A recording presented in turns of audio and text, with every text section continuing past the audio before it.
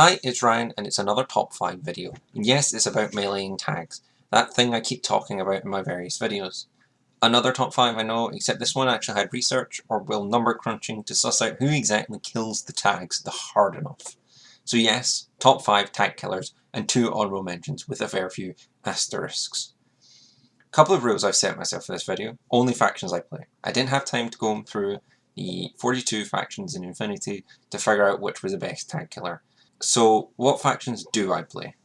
Well, I'm limiting myself to Military Orders, Caledonia, Cosmoflot, Assassin's Baram, and Tunguska Jurisdictional Command.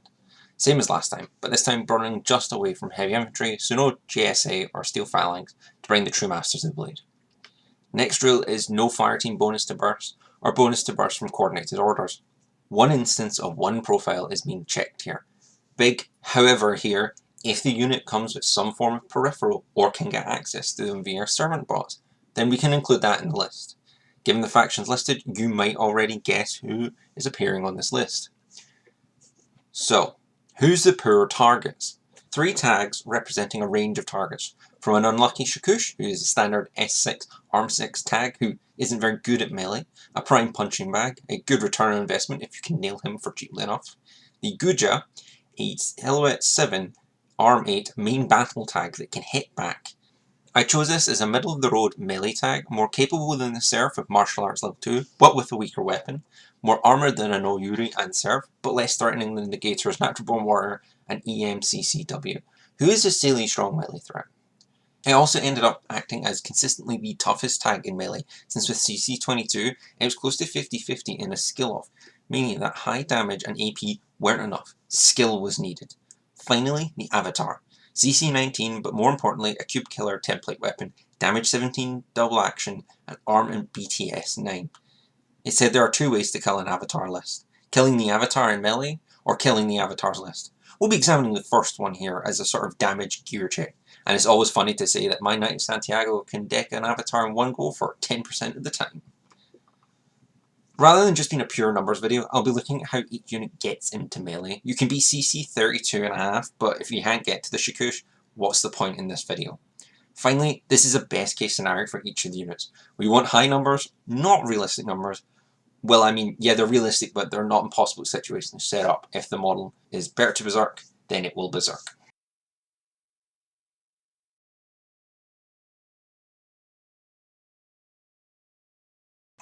Wolfgang Amadeus Wolf. Wolfie Wolf McWolfington. A small shop to see him here, but a pleasant one to be sure. So why is he here? Well, he has the pedigree for one, being a Wolver, which makes him fairly competent in melee, with Martial Arts Level 3 and Berserk plus 3. No Natural Born Warrior, which would have helped him with the Guja, but damn, CC20 on the Berserk, and the Berserk is what got him here. Sort of. Well, that and his Para CCW -6. In the best case scenario, he can Berserk with a damage 15 DA CCW into an immobilized A tag. Not entirely unrealistic if you smartly move him up into CC and smack the tag with a -9 to their face-to-face roll and needing to saves on 5 to 11s to avoid being immobilized. Once they are in this state, they can be destroyed at your leisure. A few issues before I talk numbers. But if he berserks, he's only arm 3, and with 2 wounds, it means a heavy flamethrower from the Shakoosh and the Guja can seriously hurt him. The Guja, if it's active, can slap it back with a good martial arts, and very likely to return a wound. The Shakoosh has a 60% chance to return a wound, and the Guja has a 92% chance to return the wound when he berserks.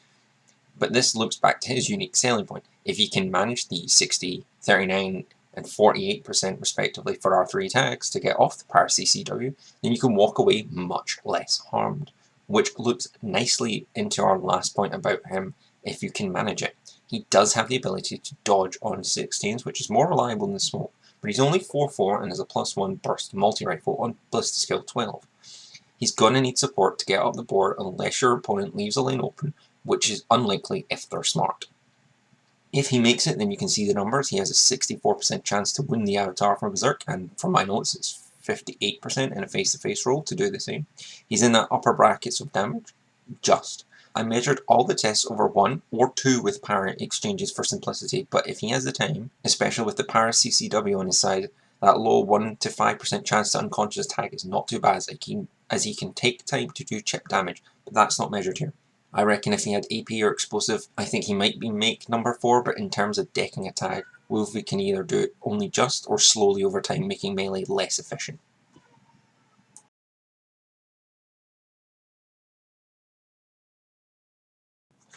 Fiddler. You're probably thinking, wait, Fiddler has really high numbers here, why is she not on the list properly? Well, she does the same trip as Wolfie, but largely does it better, and with burst 3 D charges or burst 4 power CCW. She should be higher in the list. Well, no, she has a similar issue to Wolfie in that she will struggle to get up to the board, but worse.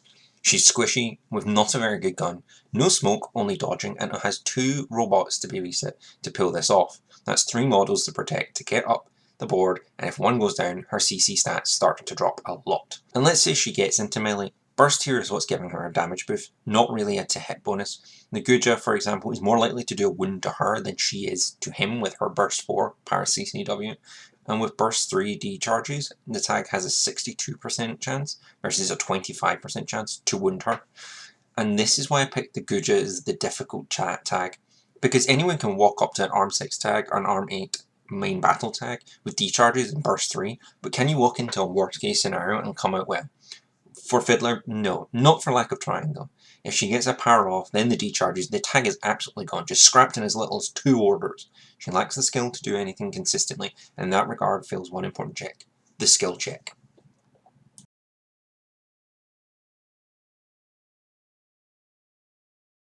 Polaris Bearpode. Shock beyond shock, he's only number 4. I mean, I have a good reason. Good points first. He's damage 18, double action, which is strong, and he punches so high for only having CC 24 and no other modifiers.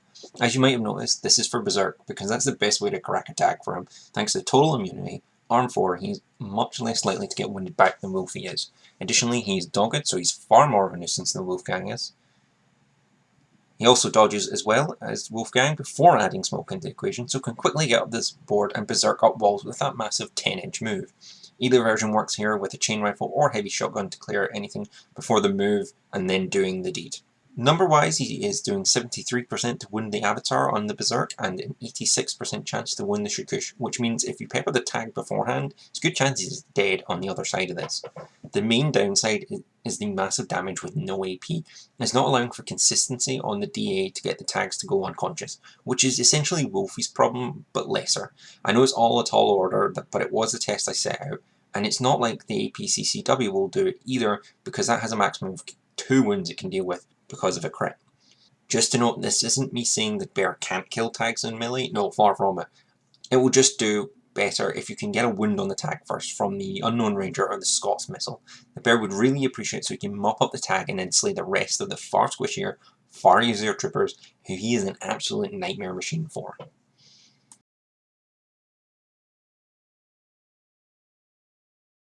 The Serf. A surprising entry from military orders, you're probably thinking, if you know your military orders. Why not Joan V1 or a Knight of Justice with D charges? Well, I was a bit cheeky, and this is specifically the Serf with the Oxbot, so it has Birth 2, and as we've seen from Fiddler, this massively helps at every level. Even if it didn't have that, it might have made the list for a few reasons. Number 1 is that the Serf's attack, so it has Phys 16 and Martial Arts level 1, so it has a damage 17 explosive close combat weapon, which is probably the second or maybe third highest damaging weapon on this list, depending on how you quantify that, which yes, Joan has, and the Knight of Justice has AP to help keep up. Number 2 is that he's also Arm 7, which means all of the tags had a hard time returning a win due to either their low CC skill or high armor. The Guja does make it difficult here, with the better armor and martial arts, but Burst here helps us out, just. So like all other best case scenarios, he's engaged in melee with the Oxbot against the target, and well, the odds to win don't lie. The Serf has the second highest chance to win of all 3 tags on the list, regardless if it's a face-to-face roll or others are berserking. Why? Well, this is because the Serf has consistency in spades. Burst 2 means it's more likely to win the roll, CC 23 means it's looking for crit and will crit eventually, and the high damage means that it slices through armor and can only be trumped by AP weapons, and it can overwhelm total immunity. If/when the Serf wins the face-to-face roll, we're looking at somewhere between 3 to 8 win rolls the target needs to save. That's 3 to 8 chances to fail, hence having an 80% chance to win the Avatar in melee, and a 53% chance to knock it unconscious in an order. Unlike Fiddler, losing the bot isn't a major loss since the Seraph still has melee power, and since the Seraph is big, has a better gun, and BS-15, and high arm, the bot is less likely to be targeted, and if it is, who cares, the Seraph is still a tag, and a panel tag at that, so just shoot things instead. So the Seraph is likely to make it to attack, or any target, and start pummeling them. Might not make it at full health, but he will make it, which is why he's picked Joan V1 and the Knight of Justice Spitfire onto the list. Ultimately, the Seraph is also here because it's a fun choice, and even if you shouldn't put tags in melee.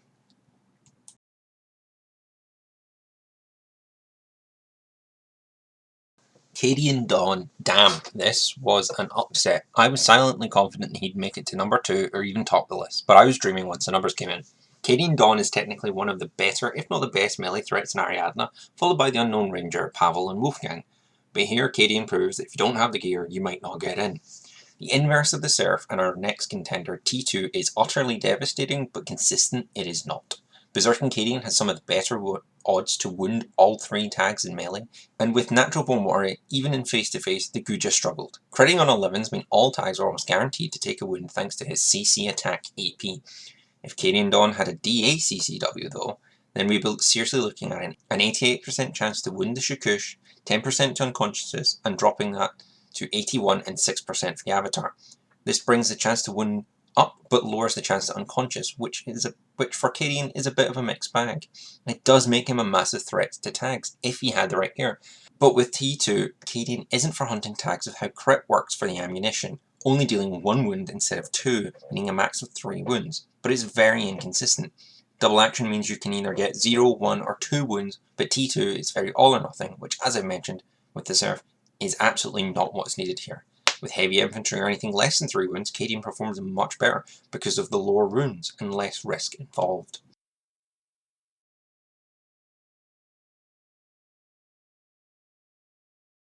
Uxia McNeil. I don't think it's a surprise Uxia being here and not at number 2. She's here for 2 reasons. Infill plus 6 and smoke means getting to a tag is pretty trivial, and the fact that she has martial arts 2 and D charges. That's fine and well and all, but this final little spice is the surprise attack -3 from her camel state. If you're sensible and get the marker into melee with the tag, they are taking a -6 to hit you, which Uxia absolutely needs, being arm 0 and 1 wound, so she is very squishy. If she gets to things, her chances to hit are very good at CC 25 after martial arts, and a -6 bonus to their opponent's CC. 84% chance to win the Shakush, 54% chance to win the Guja, and a 75% chance to win the Avatar, which tracks for her skill and her ammo type. But the AP is very helpful here, meaning that she has very good odds to put down the tag until unconscious. This is another example of fantastic efficiency. AP scales so much better than high damage, especially after arm 8. The AP plus explosive pulls ahead of just the explosive by a couple of points. A useful tip, if the only one in this video, the breakpoint for multi-weapons or DA versus AP is about armor 8. Under that, double action is the better call. Over that, you want to have AP. No burst 2 here, so we're seeing 3 to 4 dice on a successful hit to save, rather than bring the high armor to eat up the damage 14 on a 6 to 9 save. We're seeing a massive reduction in armor, meaning tags need 10 to 12 plus to save, which isn't much, but it absolutely helps. Overall, Uxia earns her place with skill, smoke, camo, and gear, naturally overcoming her squishiness by massively trading up.